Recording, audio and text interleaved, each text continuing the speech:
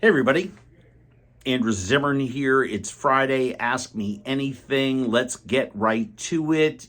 Evie writes, whom do you love more than any other human on the planet? Obviously, my son. What would you cook for him, her on a special day? Oh my gosh. I'm actually able to ask that special person, which I think is really important. Ask them what they want to eat. I mean, if you've been married to someone for 50 years and you got a pretty good idea about what they like, sure, surprise is nice. But I think it's better to work some surprises into what they actually want to eat. My kid, the last time he had a special day and I was able to cook for him, I said, what do you want?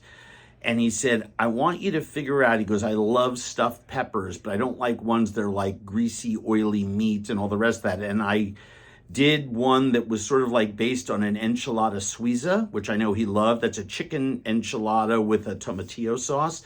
So I put a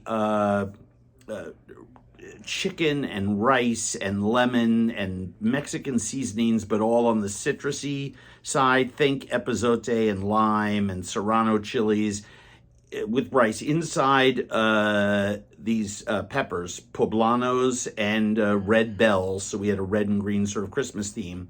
And I roasted them with a tomatillo salsa in the bottom of the pan, and then I grated cotija cheese across the top and put that under the broiler.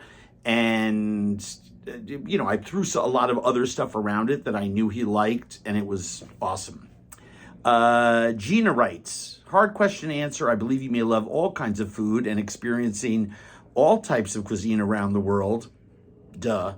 But what is your favorite all-time comfort food? Easy. Roast chicken, or Shenzhenbao dumplings. I mean, those are the two. Although there's a lot of other Chinese noodle dishes and Taiwanese beef noodle soup that I put up there, matzo ball soup. I got a lot of comfort food things I like. But if it was one, it's my grandmother's roast chicken that then my father made. I learned how to make it from my grandmother. My dad cooked it all the time. He made it better. I think I made his better. Recipe on the website. So yeah, roast chicken. John writes, love the content and your approach to teaching new recipes. One question on developing the show. I'm assuming he means Wild Game Kitchen on the Outdoor Network, Monday nights at 9 p.m. Eastern. How do you make the call on using farmed animals in the recipe versus wild? Depends on availability. We can't always rely on wild, or sometimes we do rely on wild in the fact that we're assured that we will have delivery of wild, mallards on a certain day, and it just doesn't happen. He writes, duck comes to mind as being substantially different in the farm versus wild product in terms of size, color, meat, and flavor. 1,000%. And obviously from species to species, that changes. And you are correct. The duck that we used in that season 1 episode was farm raised for that very issue. He says, I understand the game law means it's hard or impossible to buy truly wild versions of most animals. Not true. We can buy it. It's just availability and seasonality, and I'm not going to use certain frozen products. So he says, maybe I answered my question right there. Yeah, here's the not secret of doing television. Networks want to schedule shows to premiere at a certain time. So Outdoor Channel wanted to schedule this culinary block on Monday nights to bring people to the station who weren't glued to Monday Night Football, amongst other things.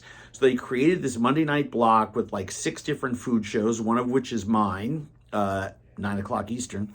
And then you work backwards, because then they have to contract with the production companies that can deliver the show in time to get packaged and ready for air. So everything works backwards. So we shoot at a time where not everything is available. I just spent a couple hours yesterday we're in the middle of shooting season 3, trying to locate wild sheep. Good luck. And so we tilted into a different direction. And we will continue to do that. And the beauty, to me, of Wild Game Kitchen is really simple. Every single recipe even if it's wild sheep. I let people know you can do this with goat, you can do this with lamb, you can do, I mean, you'll see it in season 3, but we make a real serious point of letting people know you don't have pheasant and you love this recipe that I created with, Calvados and apple brandy and apple cider vinegar and apples and cream, and it's just amazing. Do it with chicken. Do it with Cornish hens. I've made it for my family with pork chops. Pretty easy. Ask Me Anything Friday. Please subscribe. Please consider paying for your subscription. We give away a lot for free, but we create a lot of content. So please, if you can, hit that pay button. See you next Friday.